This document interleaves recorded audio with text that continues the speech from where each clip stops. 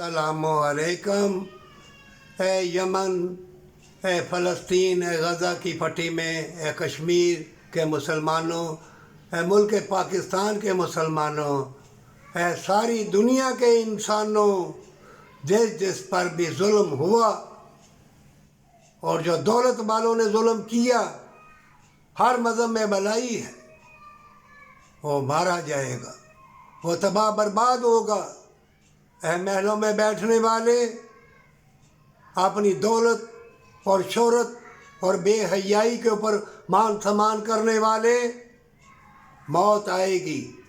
تو نے ہمیشہ کی جنت کا سودا کر لیا ہے، ہمیشہ کی جنت چھوڑ دی، یہ محل تیرے رہیں گے، یہ کروڑوں عورتیں ننگی ناچے یہ تیری رہیں گی، یہ غریب و یتیموں کا مال چھین کے کیا ہمیشہ تو زندہ رہے گا؟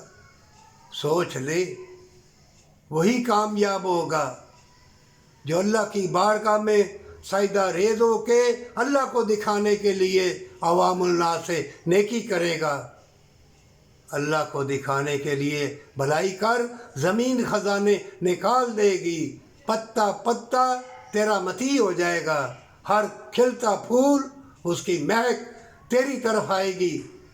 اگر ایسا نہ کیا، ظلم کیا، تکبر غرور کیا اور دولت اور شہرت کی مستی میں ڈوبے رہے، جان لو اگر بچ بھی گئے تو موت تو آئے گی، موت آئے گی، موت سے پہلے موت بھی آئے گی اور بیماریاں بھی آئیں گی، جی نہ سکو گے۔ یہ بڑے بڑے حسین کھلونے جو شیطان مکر و فریب کے حسین جال بچھاتا ہے اور نت نئے کھلونے ٹیکنالوجی دکھا کے تمہارا ایمان کمزور کر رہا ہے۔ تمہاری ٹیکنالوجی، تمہارا ایمان مضبوط ہونا چاہیے، تمہارے اندر درد دل ہونا چاہیے، اللہ کے رسول سے محبت ہونی چاہیے صلی اللہ علیہ وآلہ وسلم۔ حلوے منڈے، بلڈنگیں، بڑی بڑی مساجدیں، بڑے بڑے مال ہال، کیا ہے؟ حافظ قرآن کیا کر رہے ہیں؟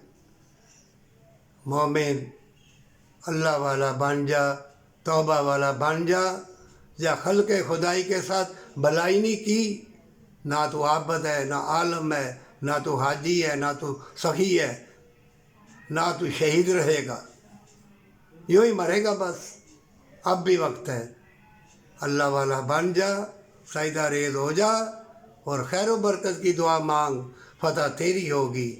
مومن مسلمان موت سے ڈرا نہیں کرتے، مومن کی موت اللہ سے ملاقات ہے، سچی توبہ اور ماں باپ سے محبت۔